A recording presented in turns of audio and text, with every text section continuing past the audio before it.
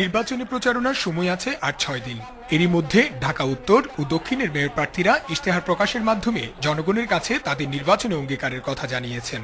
কিন্তু শেষ মুহূর্তে এসেও ইশতেহার প্রকাশ করতে পারেননি চট্টগ্রামে প্রধান দুই রাজনৈতিক দল সমর্থিত প্রার্থীরা। আমরা আমাদের লিফলেটে সংযুক্ত করে দিয়েছি কয়টা আমরা করেছি, কয়টা চলমান, কয়টা অবশিষ্ট। আমরা অবশিষ্ট এবং আগামী ইশতেহার, আগামী বাস্তবমুখী আমরা ইশতেহার দেব। ২-৪ দিনের মধ্যে সেটা আপনারা পাবেন। আমি ৩-৪ দিন পরে আমি সময় সুযোগ বুঝে আনুষ্ঠানিকভাবে প্রেস কনফারেন্স করে আপনাদের মাধ্যমে আমি আনুষ্ঠানিকভাবে ইশতেহার প্রকাশ করব।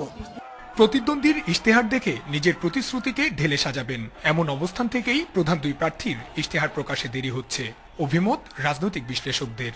কিন্তু আমি তা করছি না কেন? কারণ আমি যা করব তা তো করবই, যা করব না তাও লিখব, কারণ আমার প্রতিপক্ষ যেহেতু সেরকম একটা ইশতেহার বার করেছে, সুতরাং আমি এটা দেখে করলে আমার একটা সমৃদ্ধতর হবে।